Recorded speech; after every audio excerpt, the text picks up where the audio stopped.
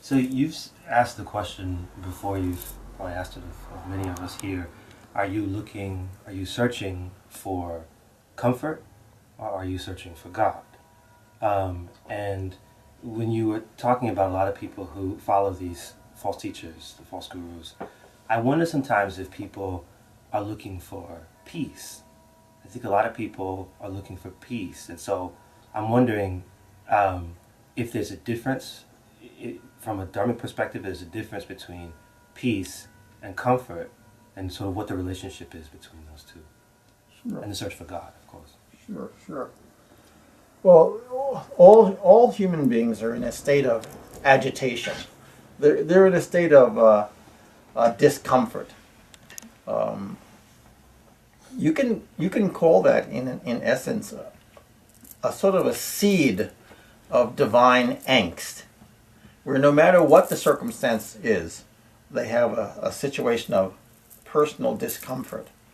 That personal discomfort is impetus to seek. What we're seeking in truth is our wholeness, our fullness, our solar reality. That's what we're all seeking. But because our intellect and our psyche is not purified, not subtle yet, we're seeking the kingdom. That's the highest reality. But we seek it through what we know. So what we know is comfort. What we know is peace. What we know is pleasure. So we're actually seeking the highest reality, but we're seeking the highest reality through common elements that are known. See? So when a person is seeking peace, they are seeking God. When they're seeking pleasure, they are seeking God. But they're doing it in the most elementary level, in the most the crudest way. But in truth, they're seeking the highest. Every being is seeking completion. Every being is seeking wholeness. See? But they're seeking it in an unenlightened, crude way because of the lack of psychic purity. See? So as per the purity of consciousness, the quality of seeking will change. See? Okay. So then if seeking comfort, peace, pleasure, if all those things are the search for God, then why ask the question, are you seeking one or the other if they're one and the same? That's very easy. Okay. Because that's how the mind works. Our mind separates things. Our mind is constantly taking an item and cutting it into elements. Even if I hand you an apple, well, you'll say, well, the apple has a core, the apple has a skin, the apple has a stem. It's the nature of the mind to divide. The nature of deepest spirituality is to make things one, to see the one unity of wholeness. That's how the kingdom sees it, one reality. Okay. But the human mind, the human condition, sees multiplicity. The human mind is constantly separating. So 1 minute you'll say, I'm seeking peace. The next minute you say, I'm seeking pleasure. See? Next minute you say, I'm seeking stability. It's underneath all of that is one unitive reality, God. Fullness. But because of the nature of mind, we'll separate that wholeness, that fullness, into pleasure, into peace, into whatever else you want to add to the list. See, it's because the nature of mind makes us separate. But in the deep meditational reality that comes through practice, the more one meditates, the more one purifies, the more one stabilizes, the more unitive the experience, the more unitive the consciousness. See? The less we meditate in all those sacred practices, the more diversive, the more we'll separate, this from that. So we see one person from the next person, one gender to the next person, one country to the next country. If you have that constant separation, inherent is just a matter of time before you'll have some form of conflict. See? In the unitive condition, where's the conflict? See? There's a unitive harm. You see an expression of multiple elements, but you also see the unitive reality beneath them, supporting them all. See? Like infinite snowflakes made of one substance. So each one can be creative. Each human being can be uniquely creative, but one common reality, divine experience beneath it all. See? When you see that common reality, there's no conflict. If you just see the individuality, the separation of things, inherently, it's just a matter of time before conflict comes. See? Because we start judging. See? When it's all the same, what's the judge? Right. See? Any other thoughts or this is a very good question, an important question. This is the kind of deep discriminative question that should be asked.